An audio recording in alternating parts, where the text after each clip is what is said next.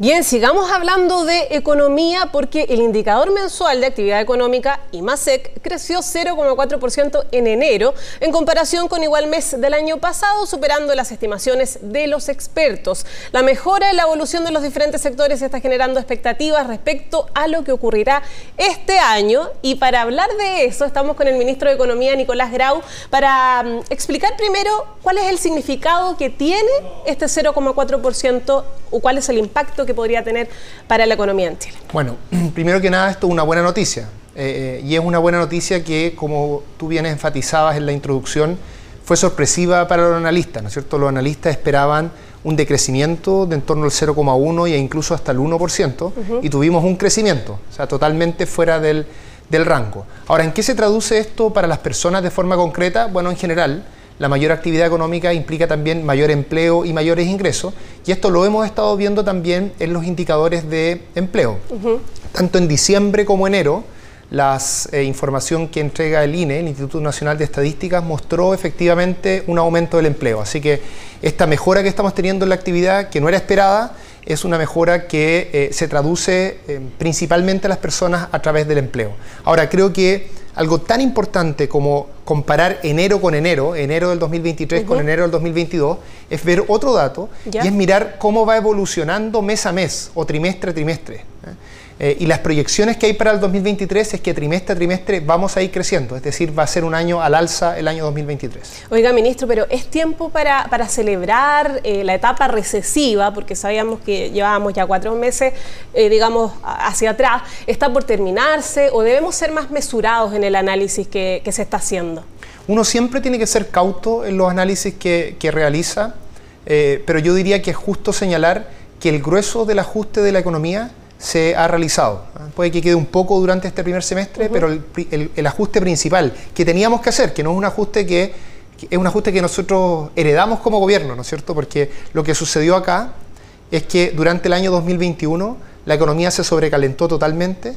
Eso se expresó principalmente en un alza muy importante de la inflación, y el desafío con el que nosotros asumimos como gobierno, o uno de los desafíos que asumimos como gobierno a nivel económico, era cómo hacer este ajuste, esta normalización de la economía que tenía que expresarse en que la inflación empezara a caer, al mismo tiempo que esto no impactaba el empleo ni la inversión. Y ese desafío, a mi juicio, fue sorteado de forma satisfactoria.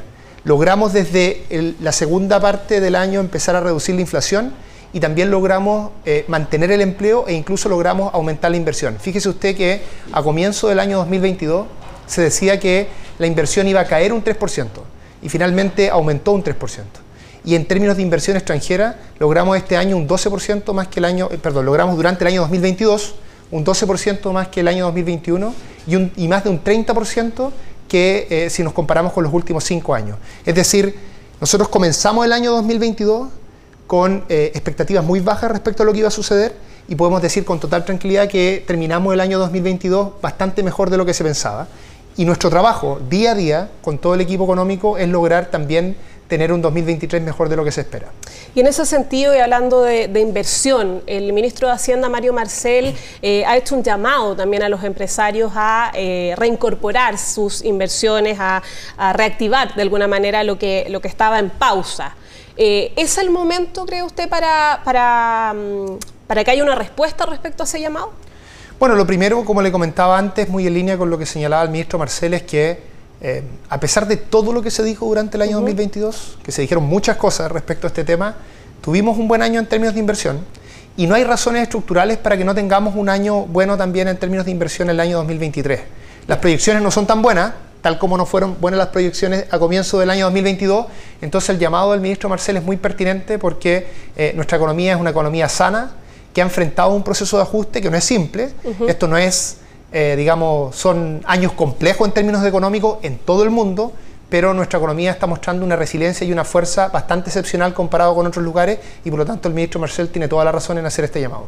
Ministro, pero sabemos también que en paralelo, durante este año, el contexto nacional va a tener distintos factores, ¿no?, que pueden influir en cómo se vaya comportando nuestra economía, entre ellos un eventual sexto retiro de ahorros previsionales, también el nuevo proceso constitucional, que sin duda tiene también incidencia hacia ahí, las reformas tributarias, la previsional. ¿Cómo se están preparando para evitar, por ejemplo, que se les meta este sexto retiro? Bueno, nosotros como gobierno, nuestro foco está en hacer políticas públicas que son adecuadas, que son las que necesita el país, dado los desafíos que enfrenta, ¿no? Y cuando se presenta una política que a nuestro juicio no cumple aquello, lo manifestamos. Y eso es lo que hemos dicho respecto a este posible retiro. Hemos dicho de forma muy clara que este es un retiro que tendría un impacto fuerte sobre la inflación. Más aún nos haría retroceder en parte lo que hemos avanzado. Y además afectaría a las personas de forma bien directa. Déjeme explicar esto de forma detallada. Hay millones de personas que no tienen fondos de pensiones actualmente. Esas personas, cuando los otros retiran y aumenta la inflación, a esas personas solo les genera un perjuicio. Porque son personas que sus ingresos no aumentan porque no pueden hacer ese retiro, pero en términos reales los ingresos disminuyen porque aumenta la inflación.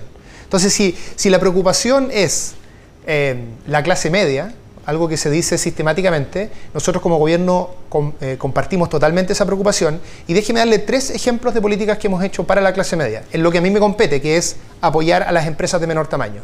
Nosotros durante el año 2022 introducimos en la ley de salario mínimo un subsidio a las pymes, a las MIPYMES, que nunca había existido. Nunca se había hecho un subsidio para que las MIPYMES pudieran cubrir parte del aumento del salario mínimo. Ese subsidio hoy en día beneficia a 130.000 pymes, y en el periodo de abril a abril vamos a haber logrado más de 100.000 millones de pesos para las pymes. También implementamos un alivio a la deuda tributaria, que invito a quienes nos están escuchando a que puedan seguir solicitándolo, porque esto dura hasta abril. Este alivio a la deuda tributaria, que lo tienen que hacer en la página de la Tesorería General de la República, ha implicado una condonación de multas e intereses por más de 200.000 millones de pesos. Y esto además de todos los subsidios que dimos al sector de turismo y a las MIPYMES en general, que estuvo en torno a 70.000 millones de pesos. Es decir, si uno suma todas estas cosas, se da cuenta que esta idea de un gobierno, que es el gobierno de las MIPYMES, se puede respaldar con datos bien concretos, porque estamos hablando de en torno a 360.000, 380.000 millones de pesos que no estaban considerados, digamos, y que sí llegaron a las empresas de menor tamaño durante el año 2022 y en parte durante el año 2023. Entonces, si nuestro foco es apoyar a la clase media, además de a los sectores de más bajo ingreso, nosotros hemos estado disponibles, vamos a estar disponibles para ello, pero creo que es importante hacerlo con buenas políticas públicas que no generen más efectos negativos de los posibles efectos positivos que podrían generar. Ministro, sí, y pese a eso, de todas formas, como gobierno han tenido que ceder, ¿no? en algunos proyectos de ley, por ejemplo, como hemos visto con el proyecto de la reducción de la jornada laboral de 45 a 40 horas.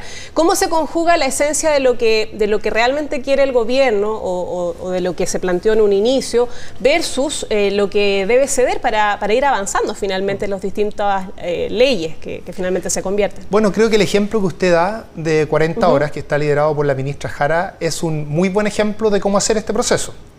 Nosotros queremos hacer cambios estructurales, que a nuestro juicio son cambios que demanda la ciudadanía. Entre ellos, tener más tiempo para la familia, para el tiempo libre, para los amigos, para las amigas, ¿no es cierto? Que es justamente esta idea de reducir la jornada laboral de 45 a 40 horas. Pero nosotros, primero, creemos en el diálogo. Y creemos que las políticas públicas mejoran cuando uno conversa. La ministra Jara, por ejemplo, conversó con el sector minero, con los trabajadores, con los sindicatos y también con el mundo empresarial, y logró un acuerdo de cómo hacer esa reducción de 45 a 40 horas en el sector minero que no implicara un turno extra. Yo creo que eso es justamente lo que uno necesita, diálogo social que mejora las políticas públicas. Y además hay que considerar que nosotros queremos hacer cambios estructurales, pero somos un gobierno que no tiene mayoría en el Congreso. Y por tanto, claro, el llamado que nos ha hecho el presidente Boric es conseguir esos cambios estructurales a través del diálogo y la disponibilidad de estar abiertos a esas conversaciones. Y creo que justamente lo que ha conseguido la ministra Jara, donde digamos este proyecto en la comisión logró los votos de la oposición también, es un signo muy claro de que estamos yendo en la dirección correcta, porque a partir de ese acuerdo es bastante claro que vamos a lograr sacar el proyecto de 40 horas, vamos a lograr que la esencia de ese proyecto se mantenga al mismo tiempo que somos capaces de tener un acuerdo con la oposición. Le queda bastante poco, porque bueno, ayer vimos que pasó de la comisión, ahora pasa a la comisión. Es que el acuerdo que se logró en la comisión es un acuerdo que digamos, en buen chileno, destraba cualquier problema que se puede tener a futuro, por lo tanto podemos tener tranquilidad que ese es un proyecto que va a avanzar y creo que, insisto, creo que es exactamente un ejemplo paradigmático de cómo el gobierno debe avanzar en sus reformas estructurales. Ministro, bueno, conversemos de esto que se ha hablado bastante esta semana, de este eventual cambio de gabinete. Ya se cumple un ciclo importante de gobernanza. ¿Cree que se requiere el cambio de algunos nombres para, como proponen incluso desde el oficialismo, para ir mejorando el rumbo de este gobierno? Bueno, como usted sabe, los cambios de gabinete son una prerrogativa del presidente de la República, sí, y es él o ella, según sea el caso, quien decide qué opción tomar, y yo estoy seguro que la opción que tome el presidente va a ser la más adecuada para el gobierno y para el país. Pero por lo general, cuando se mueven piezas, ¿no? A veces no es necesario que un ministro, por ejemplo, salga completamente, ¿no? A veces hemos visto, de hecho, en el mismo gobierno, cómo ponen a una persona en otro ministerio, por ejemplo, enroques que se van haciendo, y eso finalmente también de alguna manera encausa de mejor forma la gobernanza. Bueno, eso se ha hecho en todos los gobiernos y, como le decía antes, creo que es el presidente el que está en la posición adecuada para tomar esa decisión. Es él quien puede ver, por supuesto conversando con más gente, me imagino, cuál es el mejor diseño para el gobierno, y nosotros como ministros y ministras siempre tenemos que estar disponibles para ir enfrentando cada uno de esos cambios y haciendo nuestro mejor esfuerzo en el día a día para hacerlo lo mejor posible. ¿Cómo evalúa usted su gestión, ministro? Eso no me corresponde a mí hacerlo. Sí creo que nosotros nos hemos puesto 3 objetivos iniciales. Todo este proceso de normalización de la economía para contener la inflación, al mismo tiempo que no se nos cae el empleo y la inversión. Creo que eso fue logrado de forma satisfactoria. Hay otro tema que tiene que ver con el apoyo a las MIPYME, que le comentaba anteriormente y creo que se puede respaldar con cifras también, que hemos logrado un avance al respecto. Y tal vez la parte más estructural de la que hablamos un poco, pero que es muy importante porque es lo que nos jugamos las próximas décadas.